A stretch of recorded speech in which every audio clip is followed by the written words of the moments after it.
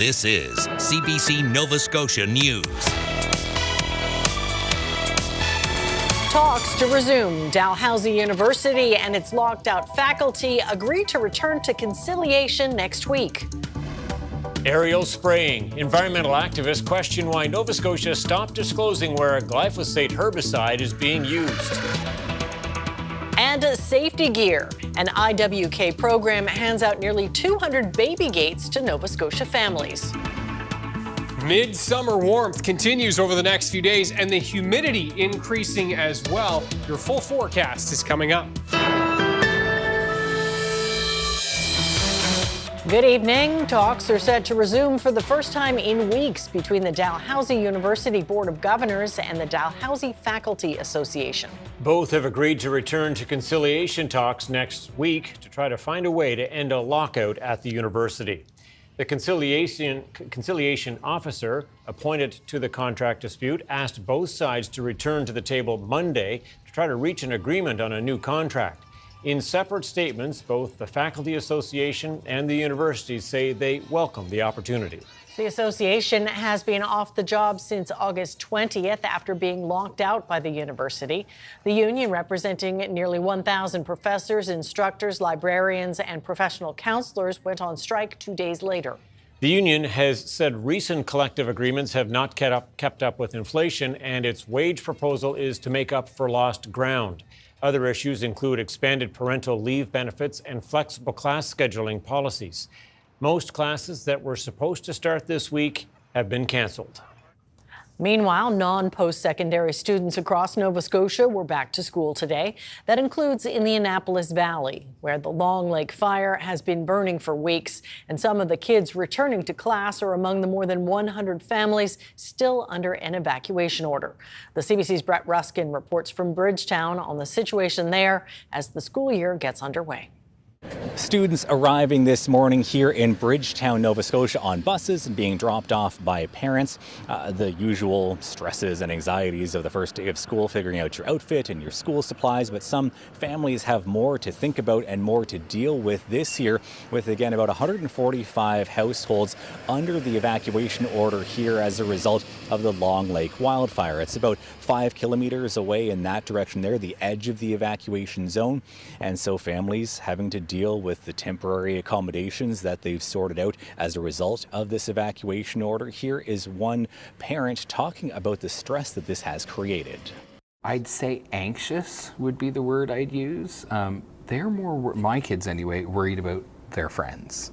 They have friends they go to school with who are people that lost their home. And so school officials here have been working to ensure that all students have the supplies that they need, and they've even adjusted some of the bus routes to ensure that the kids get picked up at those temporary accommodations that have been set up because of this evacuation. Now, some experts are saying that this is the new normal, that schools should devise and create new policies and procedures similar to how we deal with emergencies or extreme weather conditions like big snowfalls and blizzards, things like that, to have policies in place for wildfire season, because it is going to continue being likely hot and dry in the years ahead.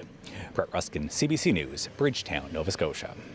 Nova Scotia fire officials say their efforts to protect homes from the Long Lake fire was the biggest operation in their history. Dozens of pieces of equipment spread across a 10-kilometer stretch, and sprinklers and other water systems were placed around 88 structures. I didn't expect anything to be left. We were looking at 200-foot flames peeking over the ridge, and quite frankly, it's amazing that the structures that are there are still there. The fire remains around the same size today and is still out of control. A group of Mi'kmaq activists in Cape Breton say clear-cutting has gone too far on Hunter's Mountain. And today they took matters into their own hands, stopping trucks from taking wood from the area. Anna Rack reports. About 30 to 40 Mi'kmaq activists block logging trucks. They are protesting the clear-cutting of Hunter's Mountain. They say no input was given to the Mi'kmaq community. We need to put the word out there that all these corporations have more rights than the Mi'kmaq. Here in Mi'kmaq, it's a damn shame, and it has to stop. The protest began with a smudging ceremony. They then block the road that leads into the forested area. The activists confiscated wood from a truck coming through to take logs off the mountain. The Mi'kmaq are confiscating this load of wood.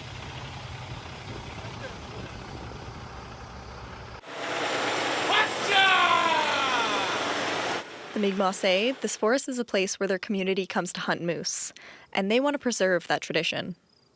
So it's for the future generation, so he'll have a mountain where he could hunt, where he'll still have rights. Bernard says everyone blames the moose cull for the decline of its population, but no one questions the loss of its habitat. This is the last habitat for our relatives, the moose, which is my clan, by the way.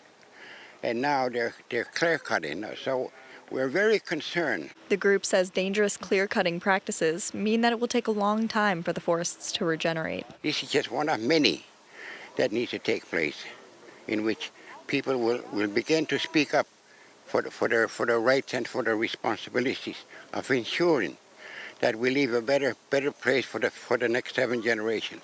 The activists are asking the premier to sit down at the table with Mi'kmaq chiefs and grassroots groups before clear-cutting causes irreversible damage.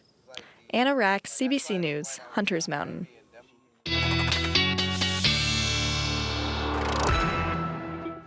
Ryan with us now. Our first quick look at the weather forecast. It sounds like humidity is on the rise. Yeah, the humidity is really going to be ramping up over the next couple of days, Tom and Amy, and starting on Friday, but really peaking on Saturday. Thank you so much. As we look at the high temperatures for Friday, a few isolated showers, the clouds likely dominating at times on Friday.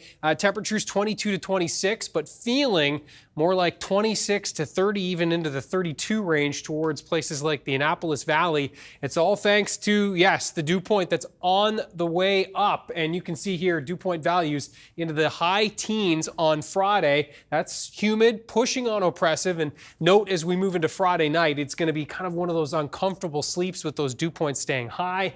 Saturday, similar story, high teens. Saturday night, it's going to be an uncomfortable sleep. And then into Sunday, really kind of feeling, I think, the most oppressive of days with a pretty good chance of some showers. And then finally, a frontal boundary moving through the region will reset things as we move into next week, back to seasonal temperatures and a seasonal feel. Until then, hopefully folks haven't unplugged the air conditioners, Tom and Amy. Yeah, no, hopefully not. Let's try and keep that going. Okay, Thanks so much, Ryan. Thank you. Environmental activists are pushing to know where aerial spraying of glyphosate has been approved in Nova Scotia. The province has not published property identifiers this year. While they are frustrated by the lack of information, those in the forestry industry are satisfied with the move after protests on their woodlots. The CBC's Luke Ettinger reports.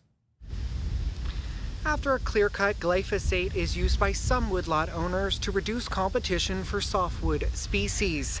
The product targets less profitable hardwoods such as aspen, alders, and pin cherry. An aerial spray requires approval from the Department of Environment, but the locations for spray sites this year have not been published due to safety and security concerns.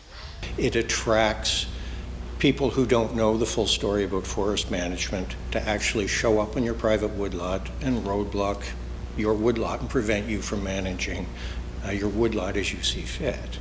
Burgess feels the forestry sector is unfairly targeted compared to larger glyphosate users such as the agriculture sector. In years past, encampments have been established by people who express concerns about the potential for ecological or human health impacts. But Health Canada maintains glyphosate does not pose an unacceptable risk when used as directed on the label. Savannah Callison organized an encampment in Allen Hill that curtailed a spray last year. She says the lack of location data is unprecedented. In order to get the information of where these sprays have been approved, the public or any individual has to file a Freedom of Information request to get that information. Is just absolutely atrocious. This information should be public information. While the general public might not have easy access to sites, residents within 500 meters have to be contacted, and signage has to be posted at entry sites. With the burn ban, people are not allowed to be in the woods, so it makes it really difficult to even look for the warning signs. Callison also points to the product which dries out hardwoods as increasing wildfire risk. Burgess admits there is a short-term fire hazard, but said a managed forest is better over the course of decades. If we're going to go through the effort to plant trees so we can manage our forest, we want to make sure those trees are healthy and they remain healthy their entire lives. None of the 4 sites have been sprayed yet, according to the Department of Environment. Those approvals expire on December 31st. Luke Ettinger, CBC News, Allen Hill. The number of people waiting for a public housing unit in Nova Scotia has grown to more than 8,200. That's according to new figures recently released through Access to Information to the provincial NDP. That's an increase of more than 1,200 people since last October. The largest demand is in the Metro District, followed by the Western, Northern and Cape Breton districts. NDP leader Claudia Chender says the growth in the wait list is proof of a growing problem. Housing has become completely unaffordable for more and more Nova Scotians. Half of the people on that list are seniors, and we know that they're on that list not necessarily because they want to live in public housing or that they even would have applied for public housing in the past, but there is so little affordable housing stock out there that for many this is now their only choice. Chender says that although government has announced plans to build more affordable housing, there needs to be more immediate action to protect renters. Meanwhile, Halifax staff say a new homeless strategy for the city will move away from designated encampments. Municipal staff gave an update on homelessness to the city's police board on Wednesday. They say more affordable housing is needed, but new shelters and temporary housing created by the province has helped move more people move inside. Staff say encampments are not a long-term solution, and the new homeless strategy will focus on matching people to housing. The new strategy will come before council in the coming months. There were about 100 people sleeping rough in Halifax as of last month. Well, you've likely felt it in your wallet, the rising cost of living. It's driving many families to make tough decisions these days, and that means leaving some basic baby supplies off their shopping lists. Well, that has the IWK worried that without essential safety gear, some young children could be at risk. So it came up with a solution. Carolyn Ray explains. Clothing, food, high chairs, the supplies for a child can add up fast. And the IWK Health Centre started hearing more and more that parents feeling a financial squeeze are not buying baby gates. John Johnston knows this all too well. He and his partner have 6 kids. It's dog-eat world out there with the prices of food, cost of diapers, formula, clothing, everything. Certainly it is the thing that keeps me awake at night, is how difficult it is for families right now. At Cape Breton's Family Place Resource Centre, Joanna Latulip-Rochon has spent 3 decades making sure that parents have the support they need. But for the first time, those needs have started to include baby gates. The cheapest ones cost about $50, but ones drilled to the wall that go at the top of a staircase can be more than twice that. It's very, very important that we have the right safety equipment installed correctly where we need it. Resource centres across the province told the IWK's Child Safety Link program the same thing.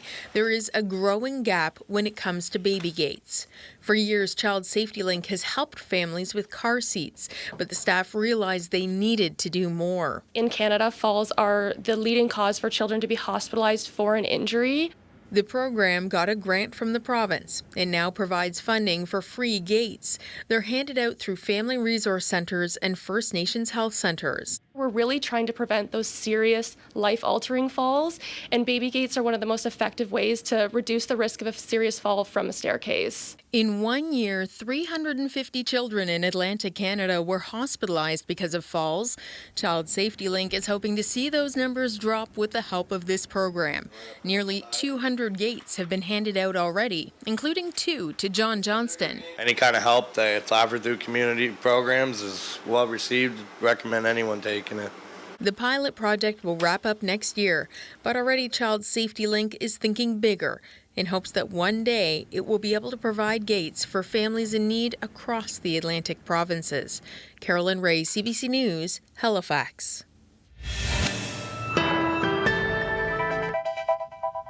Isn't that a beautiful sight? A lot of nice evenings in Nova Scotia these last little while. One more tonight for sure. Wouldn't you like to be on that sailboat? Yeah, we should be on there. Why not? Ryan is up next with his full weather forecast. We will see you on the other side of the break.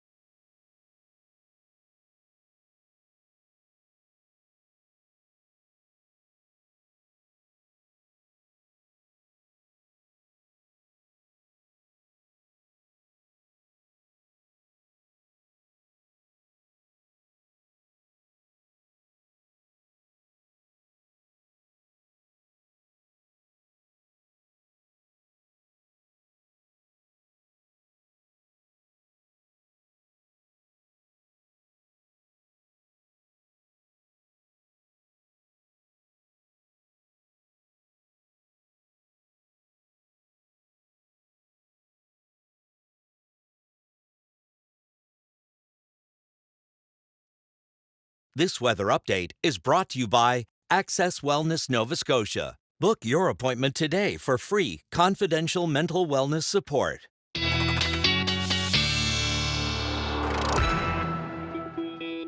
Saw the beautiful harbor shot heading into the break there. I know we're another day in September, but boy, it's still the summery weather for sure. Yes, definitely got that August feel. It does, and going to feel even more like August over the next couple of days as the humidity really rises. And speaking of August, let's have a look back before we look forward. The numbers from Environment Canada and their Climate Atlantic office, and you can see near average temperatures, not too much to report for the month of August in terms of temps. We were near seasonal. But boy, lots to report for the rainfall, and just basically doubling down on what we already know, but less than 25% of normal rainfall for the valley and up into the Colchester area, Cumberland County. And yeah, you can see that good chunks of New Brunswick as well. So it was the top 5 driest for Charlottetown, Summerside, Moncton, Fredericton, St. John, and also for Greenwood, it was the driest August on record, just 12 millimeters of precipitation there. Likely, if we had records to go back that far, most of the valley would have been the driest August. So yeah, obviously noteworthy there. And by the way, St. John, confirmed by Environment Canada today, driest summer on record at St. John, just 2 years removed from the wettest summer on record. And there's that map I showed a couple of days ago. We'll show it just one more time in case you missed it. That area in red, less than 100 millimeters of rain for June, July, and August. And again, just super, super dry. One of the driest summers on record in that entire region. Shifting gears, and beautiful Lockport Crescent Beach. Beautiful indeed. A nice evening out there. And as we look at the temperatures, it is low 20s, pushing up towards the mid 20s. We're going to start to see that mugginess moving in, as we said, over the next couple of days as we back things out satellite radar wise. There's the frontal boundary dividing the very, very warm, muggy air from the very, very fall-like air. 8 in Winnipeg, and that colder air sinking back down into the Great Lakes right now, just 12 in Regina. And you can see we're still tapping into that mild stuff here across the east. As we look at the overnight lows tonight, temperatures are going to be in the 12 to 14 range with those light winds. Fog patches rolling in, and the clouds rolling in as well. Some spotty showers even before morning in the west, pushing up into the metro area, possibly early to mid-morning. Looks like that will hold off for you folks in the east, those shower chances until the afternoon. Looks like a better chance of some sun breaking in again into the afternoon for western areas after, I think, a cloudier start there as this little line works its way in from west to east. Friday temperatures in Cape Breton will be 20 to 25. We're going to be feeling more like 25 to 30 when we're factoring in the humidity. Similar story for eastern parts of the mainland, that mugginess on the rise in through central as well. Temperatures 22 to 25, that mugginess really in place. And as you can see in through the east as well, or the west rather, temperatures as warm as 26 degrees, feeling more like 31 to 32, I think, in Greenwood and Kentville tomorrow. Now, as we look at the weekend, Saturday, that mugginess really in place, but I think overall a pretty fine day, a mix of sun and cloud. The fog will likely take some time retreating back to the coast, but once it does, a fine day overall. Clouding up into the Saturday night time period, and you can see there those temperatures on Saturday, I think we'll actually hit 30, feeling 35 to 36. The valley up towards northern areas of the province, 22 to 24, closer to that coastline. And then as we look into Sunday, a line to the west, a line to the south, and right now it looks like we're kind of missing both of the most substantial showers, but some showers in the mix for the weekend. And so we'll keep you posted on totals. Look at that muggy meter really climbing through the weekend and then crashing down as we turn the page into next week, Monday and into Tuesday. You can see that, we're going to be looking at showers not only Sunday but Monday. So 2 potential days here to pick up some wet weather. That fall-like air mass, I shouldn't say fall, seasonal air mass, where we should be for this time of year, which is right around 20 degrees, settles in for next week. We've been keeping you posted on this. This is going to become Gabrielle, almost certain now. Next 7 days, a 90% chance that this becomes Gabrielle. Over the next 2 days, a 60% chance. And so we will keep you posted on this, obviously, over the next few days. Tom and Amy. Yeah, definitely. Please do. Okay. Right. Thanks, Ryan. Thanks, Ryan. Thank you.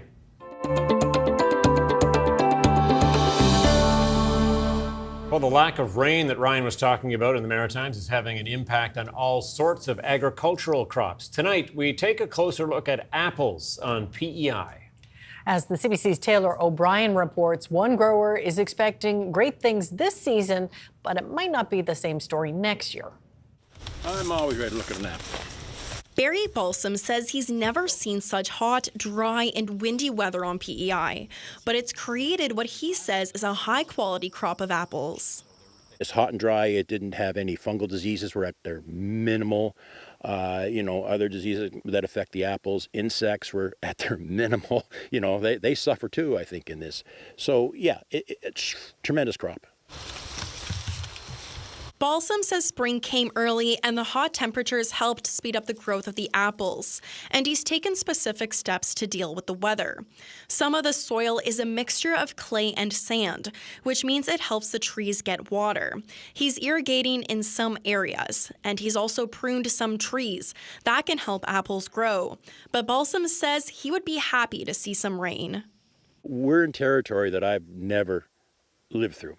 So far, right now, from my experience, it's working.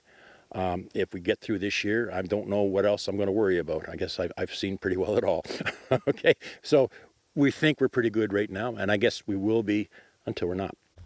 Balsam does say some of the apples aren't as juicy as they normally are. Others are a bit smaller, which means his yield could be down. But Balsam says he is concerned for next season. Some of his trees have stopped producing fruit buds for next year. So is there a possibility that there's a lot less apples and other product in Prince Rupert? Absolutely. How much that happens and what happens, well, we'll see. But that's a very real concern at this point. Balsam says farmers will have to adapt if hot and dry summers become the norm. Okay, well, we're happy with that one. The harvest wraps up near the end of October. Taylor O'Brien, CBC News, Arlington.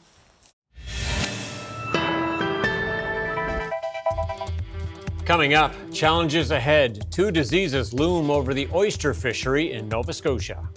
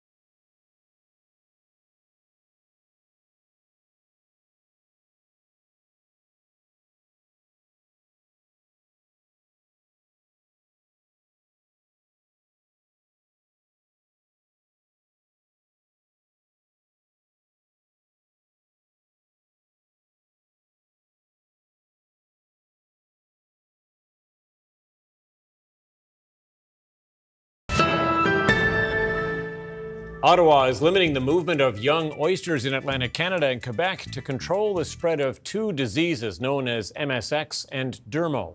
They can devastate oyster populations, but they are not harmful to humans.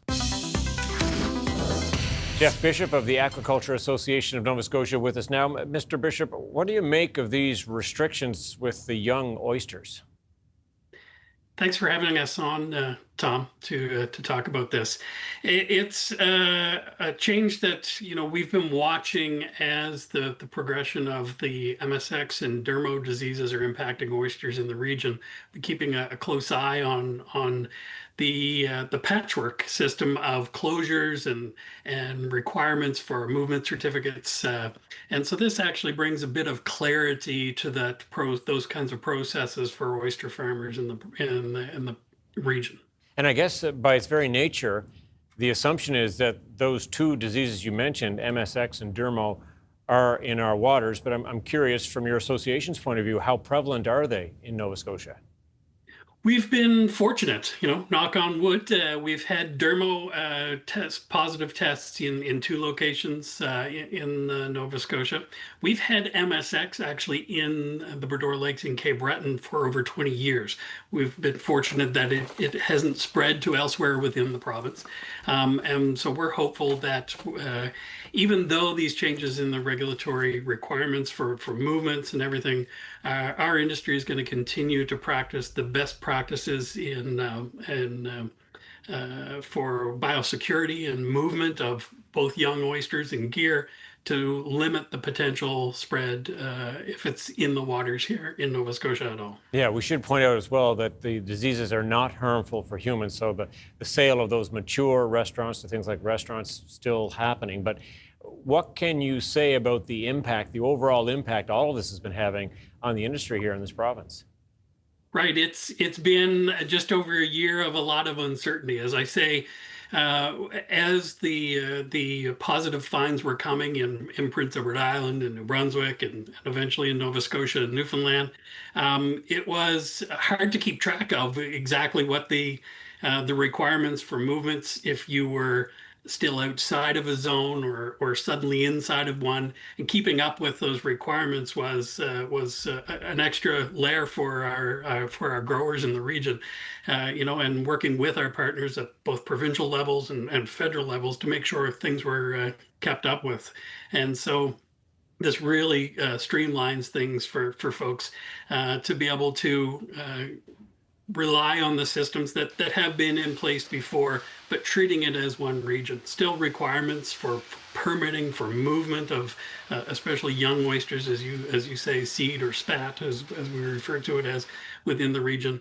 And so those regulatory requirements are still in place, but it is making it a little bit easier to understand by treating it as one big zone. Yeah, so you can move the younger oysters, the seed or the spat, as you say there, within the region. But if the idea is to try and stamp out this disease, how concerned are your members about finding clean seed to keep the operations going? Yeah, that's absolutely a concern. Historically, someone may have purchased their seed or spat from an area that is currently MSX or dermo positive, and so they may be looking elsewhere to figure out are there other, for example, an oyster farmer in an area of Nova Scotia where doesn't appear to be the disease as prevalent in the waters, and so they may choose to look to other areas, new sources to find those the seed and spat, and discussions that we're having with both our federal and provincial partners also to look at the possibilities of hatchery systems, which would raise the seed or spat in a neutral environment that would be free of MSX or other diseases as well, and provide those into the oyster industry. Yeah, I'm thinking of some of these farmers too who must be looking at the risk involved in this. In fact, I've talked to some who say they're beginning to wonder whether they should be getting out of the industry because of mortality of the younger oysters and the investment they have to make up front to try and keep their operations going. Absolutely. It's and the part that makes it really difficult in measuring that risk is the unknown of the impact. You may have MSX, as you say, at a low prevalence rate in the waters where you're growing oysters. And so the oysters may not be impacted, may not have any more abnormal levels of mortality or deaths than we would see on a natural year, based on all kinds of things like weather or water temperatures or those kinds of things. And so it's hard to judge, are things going to be okay on our farm or not? So it does make that risk calculation that much more difficult. We'll watch to see how it all does play out. Jeff Bishop, thank you so much. Thank you, Tom.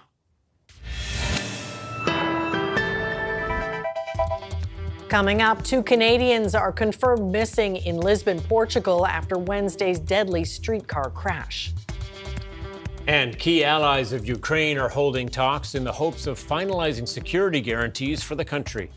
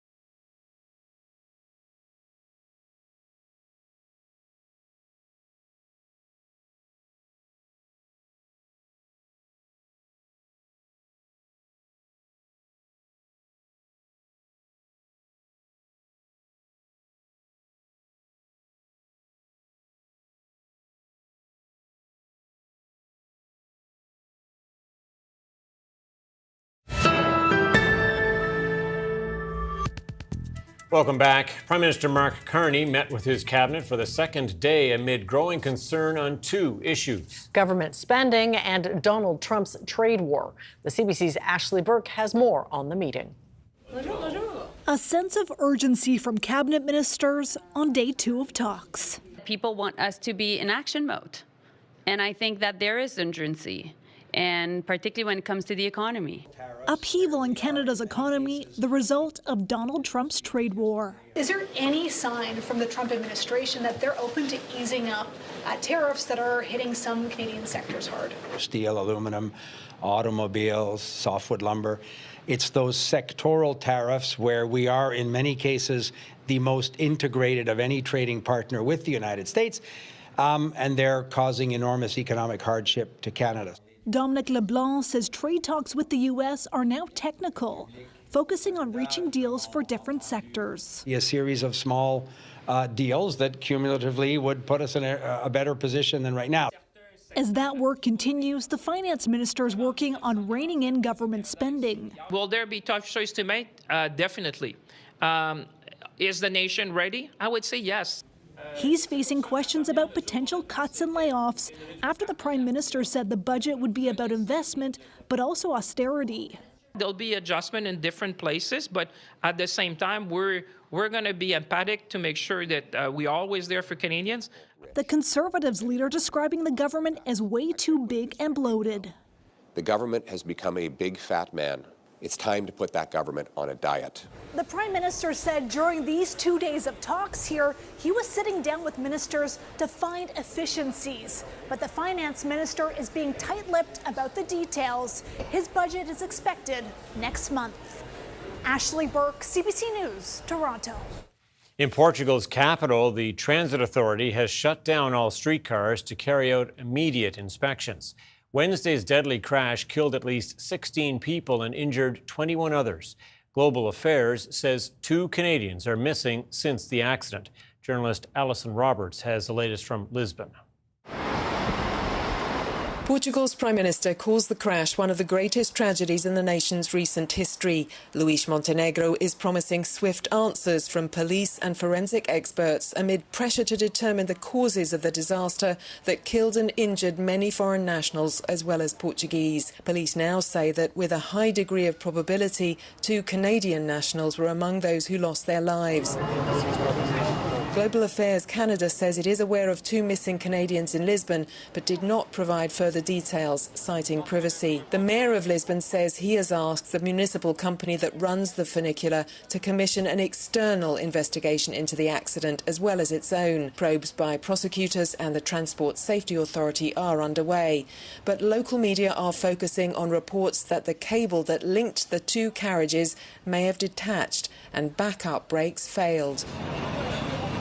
The Elevador da Gloria, as the 140-year-old funicular is known, was a major attraction, often packed with foreign tourists. Alison Roberts for CBC News, Lisbon.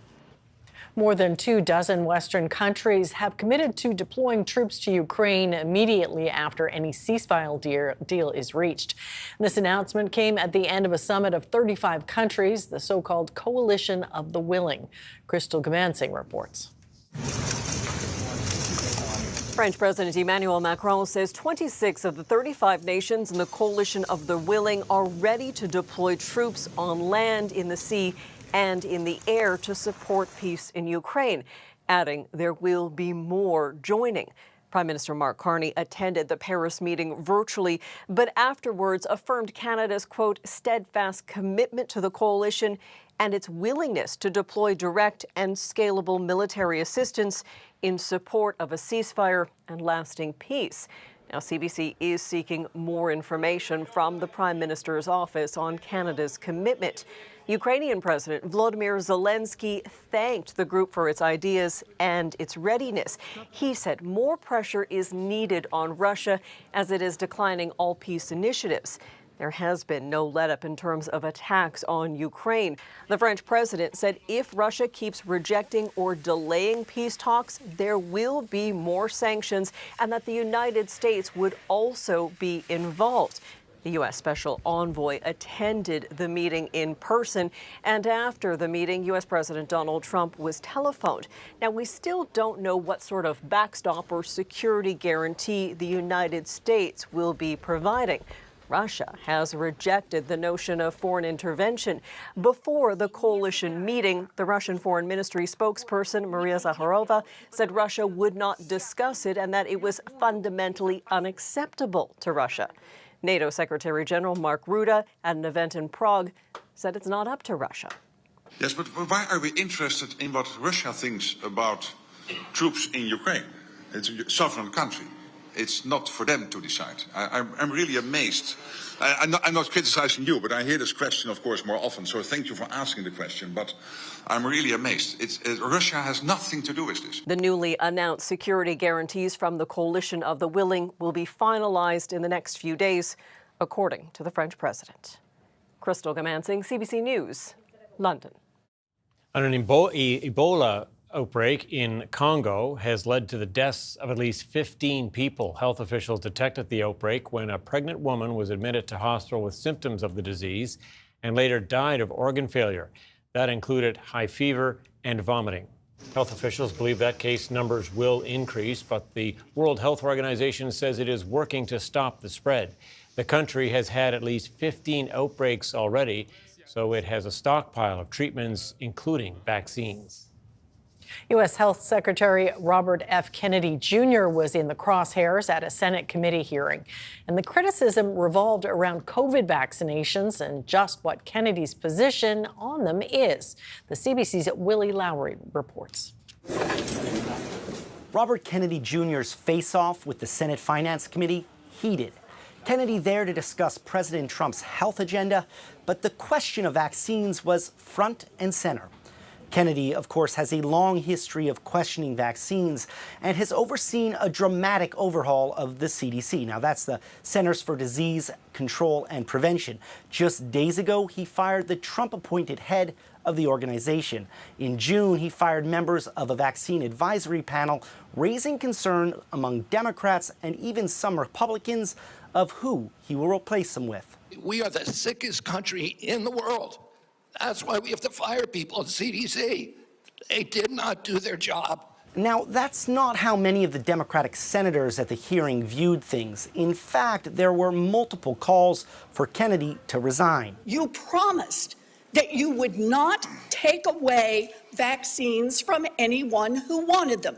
You just changed the classification of the COVID vaccine. I'm not taking them away from people, Senator. It takes it away if you can't get it from your pharmacist. Well, most Americans are going to be able to get it from their pharmacy for free. Most Americans will be able to get it from their pharmacy for free. The question is, everyone who wants it, that was your promise. I never promised that I was going to recommend products with which there is no indication. Clearly a spirited debate. It's important to note here, though, that while it was primarily Democrats raising the alarm, a few Republican senators also expressed concern. At the heart of all of this is vaccines and just how accessible they'll be under President Trump. Kennedy, whose department no longer recommends the COVID shot, insisted that it would still be available. Now, while the bulk of questions focused on vaccines, there was also some interesting exchanges around the pandemic. Do you accept the fact that 1 million Americans died from COVID? I don't know how many died. You're the Secretary of Health and Human Services. You don't have any idea how many Americans died from COVID? Lawmakers repeatedly hammering Kennedy over his short tenure as head of Health and Human Services and his future in the role. Willie Lowry, CBC News, Washington. Latest data from Statistics Canada shows the country's trade deficit shrank in July, most of it thanks to an increase in energy and vehicle exports. Donald Trump's tariffs have forced many businesses to alter their supply chains and seek other markets. But the ongoing trade war with Canada's closest neighbor leaves the future uncertain. Anis Haderi reports. The gap between the amount Canada sells to the world and how much it buys from the world was smaller in July compared to the month before. Canadian exports of merchandise went up 0.9%. I would say general impression was that the July figures weren't as bad as feared, and so they do put Canada kind of on track for potentially modest growth in the third quarter, although it's still obviously quite early in the quarter to be able to tell definitively. Energy exports went up, including oil and coal. That's after crude oil exports fell the month before. And it wasn't just higher prices driving things upward. A higher volume of exported crude oil was part of July's increase. Motor vehicle exports also up, though that is also factoring in that usually automotive production would slow down in the summer, and this summer it didn't because tariffs had already caused a big slowdown earlier. So when you factor in that June was already slower, July saw more cars and autos sold to the United States in particular. And the trade relationship with the U.S. is still in focus here. One example, some aluminum exports down 31%. And while overall exports to the U.S. are up in July for the third month in a row, they are still down compared to last year. So how trading continues with Canada's largest trading partner remains a question mark. I think abnormality is kind of the new normal here, but hopefully we do get to some sort of normal or some sort of stability here when we hopefully, fingers crossed, get some sort of a trade deal with the US. Of course, that's not going to totally remove all uncertainty. We're still in a very weird, highly uncertain time. One number worth noting in the other direction, in this latest data, imports to Canada from the United States fell for the fourth time in 5 months. Anis Haidari, CBC News, Calgary. The Toronto International Film Festival is back for its 50th edition, and the 11-day festival kicks off with some Canadian comedy royalty. The CBC's Ali Chiasson has a preview of what to expect for opening night. As ever with the Toronto International Film Festival, you can expect exciting, entertaining, and thought-provoking films from not just Hollywood's biggest and brightest, but Canada's and beyond.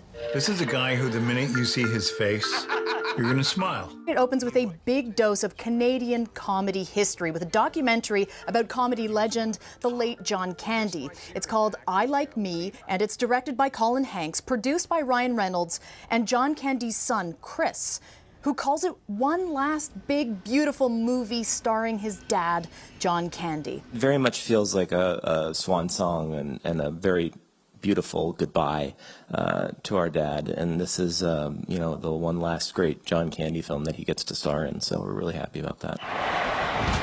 There are 291 films screening this year, so there's really something for everybody. You have movies that will see you rooting for a struggling prize fighter, played by Dwayne "The Rock" Johnson in The Smashing Machine. You'll also find yourself rooting for a struggling out-of-work actor, played by Brendan Fraser in Rental Family. There's a lot of buzz around this film being his next The Whale, which was, of course, a TIFF movie a couple of years ago, and the one that landed him the Best Actor Academy Award. Speaking of Oscar buzz, there is a lot of it with the TIFF movies this year. Over the years, many films that won the People's Choice Awards at TIFF went on to be nominated or win the Oscars. Thinking about American Beauty, Slumdog Millionaire, 12 Years a Slave, up to King's Speech, and many more. It is still very audience-driven. We will again see droves of fans stargazing throughout the 11-day festival, even when the weather isn't as glamorous as you can see for day one. Ali Chiasson, CBC News, Toronto. Stock markets in Canada and the U.S. finished in solid positive territory as investors on both sides of the border awaited jobs news that could suggest possible interest rate cuts. Here's a look at the numbers as we head to break.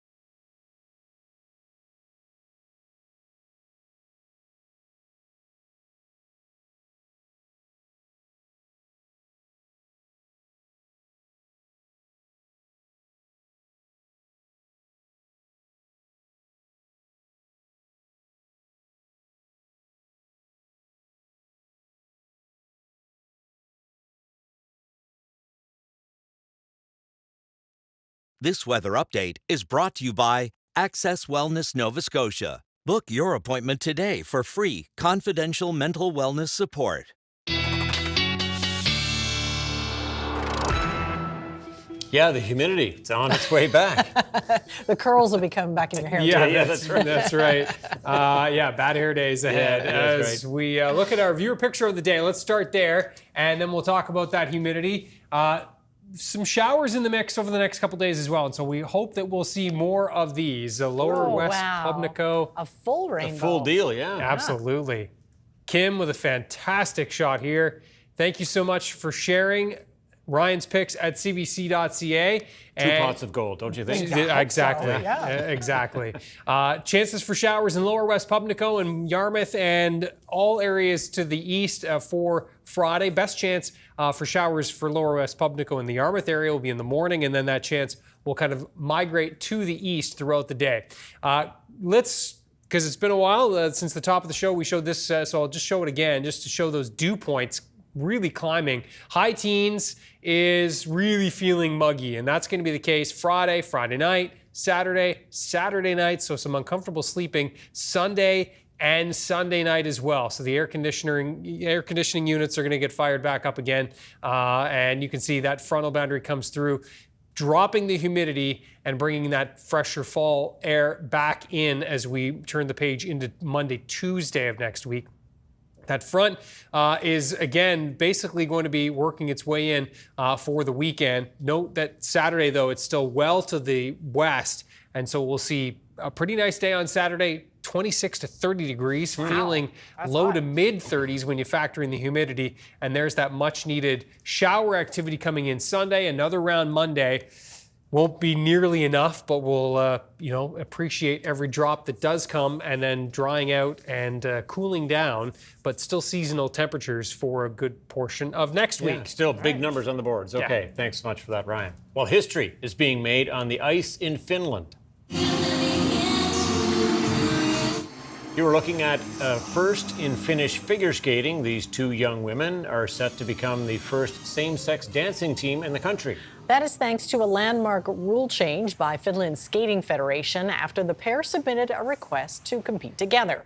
And there's a Canadian connection. The move was inspired by Skate Canada's decision in 2022 to remove gender requirements for national dance teams. The pair hope to someday see a similar change for international competition. Well, there you have it. That is it for us tonight. Thanks for watching. We'll see you next time. Good night. Good night.